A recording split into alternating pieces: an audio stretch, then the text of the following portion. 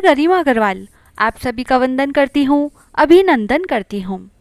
आइए आज हम सुनते हैं श्रावण मास का 5वां अध्याय। ईश्वर बोले, हे सनत कुमार, करोड़ पार्थिव लिंगों के महात्म तथा पुण्य का वर्णन नहीं किया जा सकता। जब मात्र एक लिंग का महात्म्य नहीं कहा जा सकता तो फिर करोड़ लिंगों के विषयों में कहना ही क्या।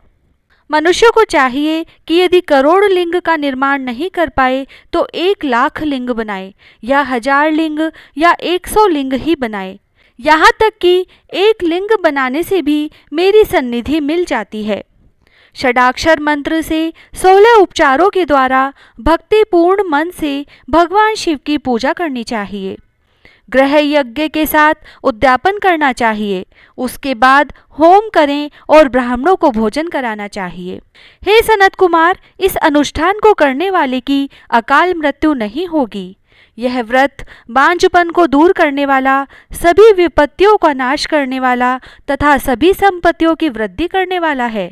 मृत्यु के पश्चात वह मनुष्य कल्प पर्यंत मेरे समीप कैलाशवास करता है, जो मनुष्य श्रावण मास में पंचामृत से शिवजी का अभिषेक करता है। वह सदा पंचामृत का पान करने वाला, गोधन से संपन्न, अत्यंत मधुर भाषण करने वाला तथा त्रिपुर के शत्रु भगवान शिव को प्रिय होता है। जो इस मास में अनुदान करने वाला तथा हविष्यान्न ग्रहण करने वाला होता है, वह व्रीहि आदि सभी प्रकार के धान्यों का अक्षय निधि स्वरूप हो जाता है। पत्तल पर भोजन करने वाला श्रेष्ठ मनुष्य स्वर्ण पात्र में भोजन करने वाला तथा शाक को त्याग करने से शाक कर्ता हो जाता है। श्रावण मास में केवल भूमि पर सोने वाला कैलाश में निवास प्राप्त करता है। इस मास में एक भी दिन प्रातः स्नान करने से मनुष्य को 1 वर्ष स्नान करने के फल का भागी कहा गया है। इस मास में जितेंद्रिय होने से इंद्रिय बल प्राप्त होता है। इस मास में स्फटिक, पाषाण, मृत्तिका, मरकतमणि, पिष्ट, धातु, चंदन, नवनीत आदि से निर्मित अथवा अन्य किसी भी शिवलिंग में, साथ ही किसी स्वयं आविर्भूत न हुए लिंग में श्रेष्ठ पूजा करने वाला मनुष्य सैकड़ों ब्रह्म हत्या को भस्म कर डालता है। किसी तीर्थ क्षेत्र में सूर्य ग्रहण या चंद्र ग्रहण के अवसर पर 1,00,000 जप से जो सिद्धि होती है, वह इस मास में एक बार के जप से ही हो जाती है। अन्य समय में जो 1000 नमस्कार और प्रदक्षिणाएं की जाती है, उनका जो फल होता है वह इस मास में एक बार करने से ही प्राप्त हो जाता है। मुझको प्रिय इस श्रावण मास में वेद पारायण करने पर सभी वेद मंत्रों की पूर्ण रूप से सिद्धि हो जाती है। श्रद्धा युक्त होकर इस मास में 1000 बार पुरुष सूक्त का पाठ करना चाहिए अथवा कलयुग में उसका 4 गुना पाठ करना चाहिए अथवा वर्ण संख्या का 100 गुना पाठ करना चाहिए अथवा वह करने में असमर्थ हो तो आलस्यहीन होकर मात्र 100 पाठ करने चाहिए। ऐसा करने वाला मनुष्य ब्रह्म हत्या आदि पापों से मुक्त हो जाता है, इसमें कोई संदेह नहीं है। गुरु पत्नी के साथ संसर्गजन्य पाप के लिए यही महान प्रायश्चित है। इसके समान पुण्यप्रद, पवित्र तथा पापनाशक कुछ भी नहीं है। पुरुष सूक्त के जप के बिना इस मास में एक भी दिन व्यतीत नहीं करना चाहिए। जो मनुष्य इस फल को अर्थवाद कहता है, वह नरकगामी होता है। इस महीने में समीधा, चारू, तिल और घृत से ग्रह यज्ञ होम कराना चाहिए। शिव के रूपों का भली भांति ध्यान आदि करके धूप, गंध, पुष्प, नैवेद्य आदि से पूजन करना चाहिए और अपने सामर्थ्य के अनुसार कोटि होम, लक्ष्य होम अथवा 10 सहस्त्र होम कराना चाहिए। व्याहुतियों ओम भू, ओम भुवः, ओम स्वः के साथ तिलों के द्वारा भी यह ग्रह यज्ञ नामक होम किया जाता है। हे सनत कुमार, इसके बाद अब मैं वारों के व्रतों का वर्णन करूंगा। आप ध्यान पूर्वक सुनिए। हे अनघ, उनमें सर्वप्रथम मैं आपको रविवार का व्रत बताऊंगा। इस संबंध में लोग एक प्राचीन इतिहास को कहते हैं। प्रतिष्ठानपुर में एक सुकर्मा नामक एक द्विज था। वह दरिद्र, कृपण तथा भिक्षावृत्ति में लगा रहता था। एक बार वह धान्य मांगने के लिए घूमते घूमते नगर में गया। उसने किसी एक गृहस्थ के घर में मिलकर रविवार का उत्तम व्रत करती हुई स्त्रियों को देखा। तब उसे देखकर वे स्त्रियां आपस में कहने लगी कि इस पूजा विधि को शीघ्रतापूर्वक छिपा लो। इस पर वह विप्र उन स्त्रियों से बोला, हे श्रेष्ठ स्त्रियों, आप लोग इस व्रत को क्यों छिपा रही है? समान चित्त वाले सज्जनों के लिए परमार्थ ही स्वार्थ है। मैं दरिद्र तथा दुखी हूँ। इस श्रेष्ठ व्रत को सुनकर मैं भी इसे करूँगा। अतः आप लोग इस व्रत का विधान व फल अवश्य बताएं। स्त्रियां बोली, हे द्विज, इस व्रत के करने में आप उन्माद तथा प्रमाद करेंगे अथवा भूल जाएंगे अथवा इसके प्रति अभक्ति या अनास्था रखने लगेंगे। अतः आपको यह व्रत कैसे बताएं?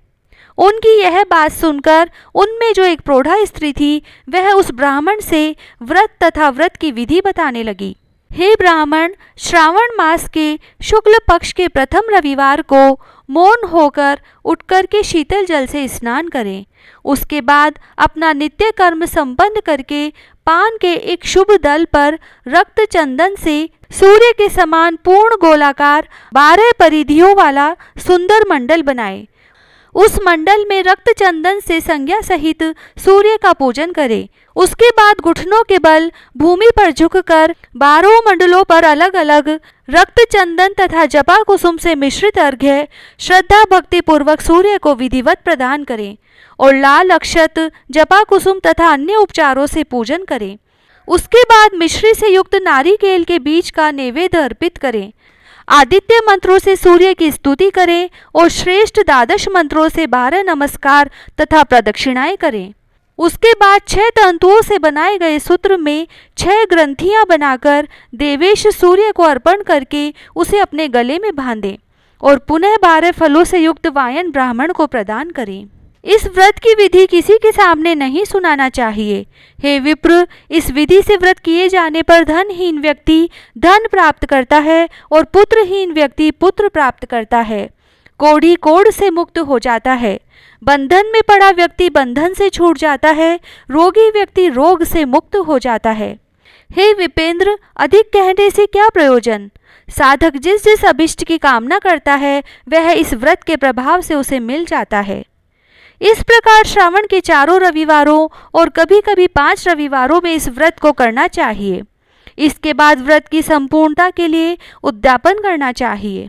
हे विपेंद्र, आप भी इसी प्रकार करें, इससे आपकी सभी मनोकामनाओं की सिद्धि हो जाएगी। उसके बाद उन पतिव्रताओं को नमस्कार करके वह ब्राह्मण अपने घर आ गया।